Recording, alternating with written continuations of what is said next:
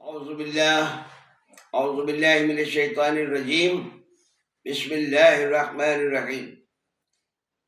آغاز عمل از نام خدا جو مہر ہما جو رحم ہما، سل اور مدح توصیف و ثنا زیبا ہے تجھے اے صلی اللہ۔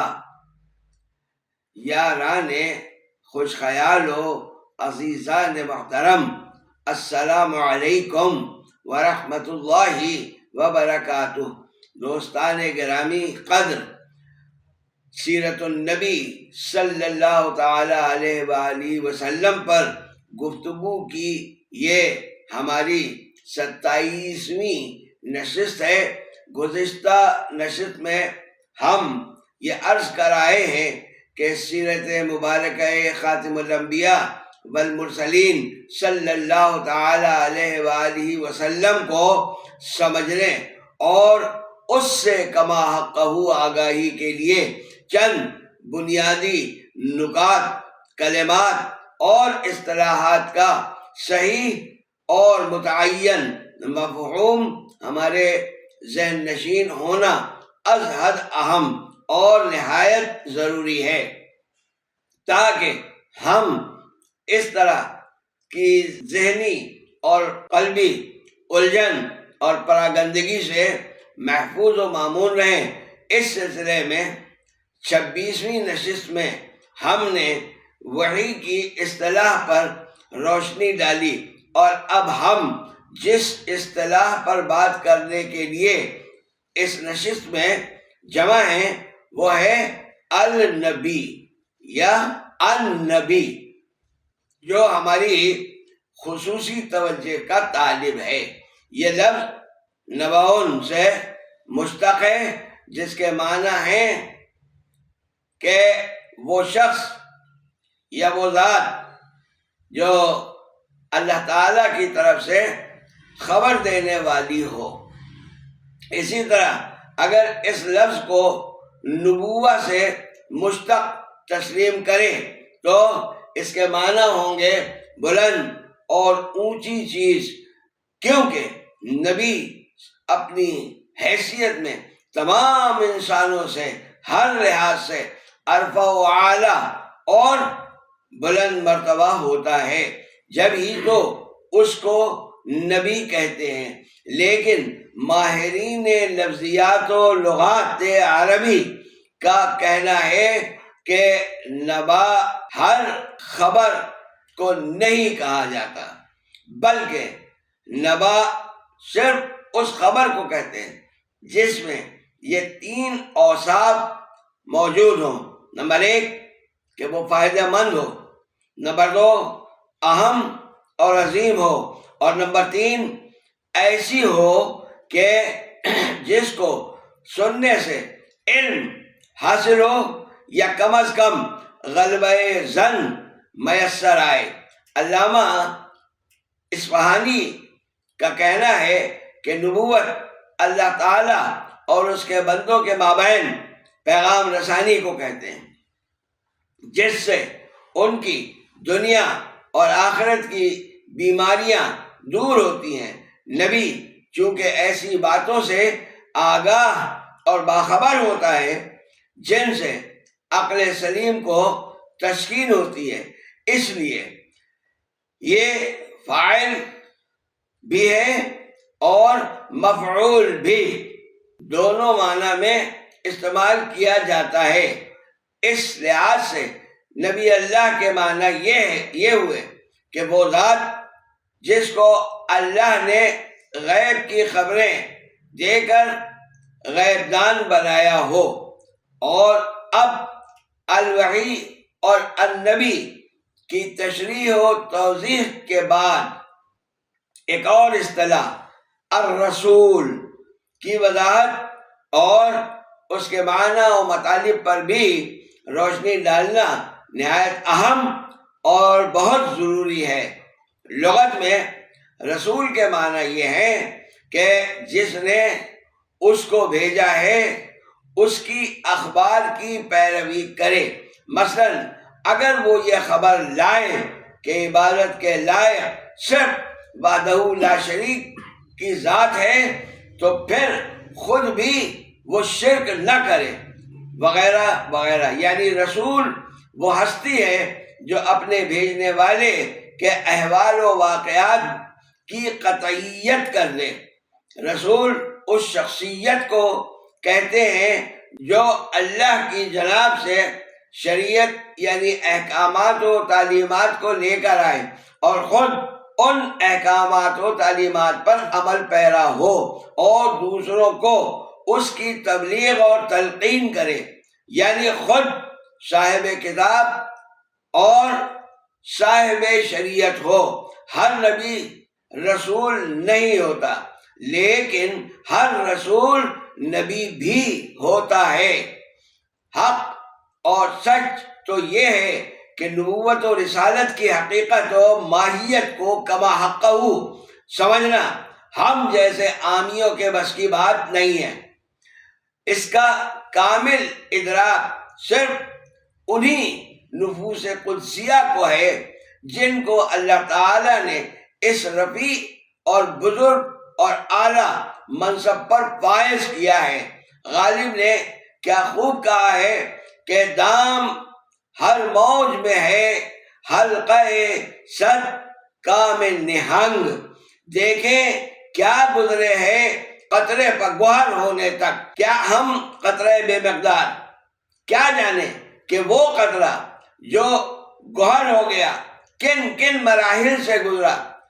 امام غزالی فرماتے ہیں کہ نبی کو اللہ کی طرف سے وہ آنکھ عطا فرمائی جاتی ہے جس کے نور کی روشنی سے غیب شہود میں بدل جاتا ہے اور وہ امور نظر آنے لگتے ہیں جو عقل کی رسائی سے بالا تر ہوتے ہیں. میرا خیال یہ ہے کہ بات ابھی کچھ وضاحت طلب ہے اس لیے اسے آسان کرنے کی کوشش کرتے ہیں. دیکھیے جب بچہ پیدا ہوتا ہے تو اسے اپنے گرد و پیش کا ادراک قطعی نہیں ہوتا. پھر آہستہ آہستہ اسے حواس خمسہ ودیت کیے جاتے ہیں. پہلے قوت لامسہ یعنی چھونے کی قوت ملتی ہے. پھر قوت باصرہ عطا ہوتی ہے جس سے شناخت کا عمل شروع ہوتا ہے. اس کے بعد دیگر حواس جاگتے ہیں جن کے ذریعے وہ اپنے ماحول کو سمجھنا اور پرکھنا شروع کرتا ہے. قوت باصرہ، قوت سامعہ، قوت لامسہ، قوت ذائقہ اور قوت شامہ. لیکن یہ ساری مخصوص قوتیں کسی حد تک درست رہنمائی کا فریضہ ادا کرتی ہیں پھر عاجز ہو کر غلط نتائج دینا شروع کر دیتی ہیں. مثلا ریل میں بیٹھا ہوا مسافر زمین پر قائم درختوں اور چیزوں کو مخالف سمت میں بھاگتا دیکھتا ہے. بخار کی حالت میں پانی کڑوا محسوس ہونے لگتا ہے. ایک خاص فریکوینسی سے کم یا زیادہ کی آواز یا تو انسان سن ہی نہیں سکتا یا زیادہ قوت کی آواز انسان کی قوت سماعت کو خراب کر دیتی ہے وغیرہ. جب حواس خمسہ غلط نتائج کی ترسیل کرنے لگتے ہیں تو ہدایت کا دوسرا ذریعہ مداخلت کرتا ہے اور وہ ہے عقل، جو بتاتی ہے کہ درخت پیچھے کی طرف نہیں بھاگ رہے بلکہ ٹرین آگے بڑھ رہی ہے. پانی کڑوا نہیں ہے بلکہ بخار کی وجہ سے تمہارا ذائقہ خراب ہو گیا ہے وغیرہ وغیرہ. لیکن حواس خمسہ کی طرح عقل کی بھی رسائی کی ایک حد مقرر ہے. اس حد سے آگے کے معاملات میں ہدایت اس کے بس کی بات نہیں. وہاں وجدان اور اشراق اللہ کی طرف سے انسان کی مدد اور رہنمائی کا فریضہ ادا کرتے ہیں. مگر ایک حد تک، اور جب ان تمام حدود محدود رہنمائیوں کے ساتھ مکمل ہو جائیں تو رہنمائی کے لیے انسان کے سوالات کے شافی جوابات دینے سے اپنی معذوری کو تسلیم کر لیں تو اس کا خالق و مالک اللہ اپنے منتخب بندوں کے ذریعے، جن کو نبی و رسول کہتے ہیں، وحی نازل فرما کر اطمینان قلب کی نعمت سے مالا مال کر دیتا ہے۔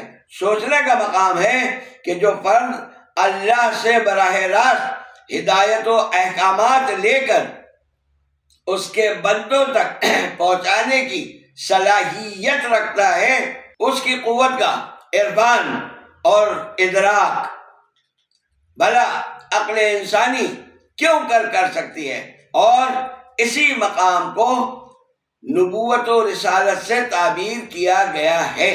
بے شک اور لا ریب اللہ تعالیٰ نے اپنے محبوب کریم صلی اللہ تعالی علیہ وآلہ وسلم کو نہ صرف نزول وحی و قرآن کی عظمت سے اور عظیم نعمت سے سرفراز فرمایا، بلکہ حضور انور صلی اللہ تعالی علیہ وآلہ وسلم کے سر اقدس پر ختم نبوت کا تاج سجا کر رحمت للعالمین کی خلعت فاخرہ پہنا کر تا قیامت ہر فرد بشر کے بخت خفتہ کو بیدار کرنے کے لیے مبعوث فرمایا۔ الحمدللہ، جیسا کہ پہلے بھی عرض کیا جا چکا ہے کہ غار حرا میں جو پہلی وحی حضور نبی مکرم صلی اللہ تعالی علیہ وآلہ وسلم کے قلب اطہر پر نازل ہوئی وہ سورہ علق کی ابتدائی 5 آیات تھی۔ اس کے بعد کچھ مدت کے لیے نزول وحی کا سلسلہ عارضی طور پر منقطع رہا۔ اس ساری مدت میں حضور نبی کریم رؤوف الرحیم صلی اللہ تعالی علیہ وآلہ وسلم کے گھر والوں کے علاوہ کسی اور شخص کو، خواہ وہ رشتہ دار و عزیز ہو یا دوست اور احباب، یہ معلوم نہیں تھا کہ اللہ تعالیٰ نے آپ کو مبعوث فرما دیا ہے۔ اس وقتی انقطاع وحی کے عرصے کو دور فترت الوحی یعنی تنزیل وحی میں وقفے کا زمانہ کہا جاتا ہے، جس کی مدت 3 دن سے 3 سال تک مختلف روایات میں بیان کی گئی ہے، جس کی بڑی تفصیل ہے، جس سے صرف نظر کرتے ہوئے ہم صرف اتنا کہیں گے کہ اس تمام عرصے میں حضور نبی کریم صلی اللہ تعالی علیہ وآلہ وسلم نے مکمل خاموشی اختیار فرمائی، یہاں تک کہ سورہ مدثر کی ابتدائی آیات کا نزول ہوا، یعنی اب نبوت کے اظہار کے بعد عہد رسالت کا باقاعدہ آغاز بھی ہو گیا۔ فی الحال اس دعا کے ساتھ فی امان اللہ کہ اللہ تعالیٰ تمام مومنین و مومنات، مسلمین و مسلمات کو دارین میں کامیاب و کامران و بامراد فرمائے، آمین ثم آمین۔ جزاک اللہ۔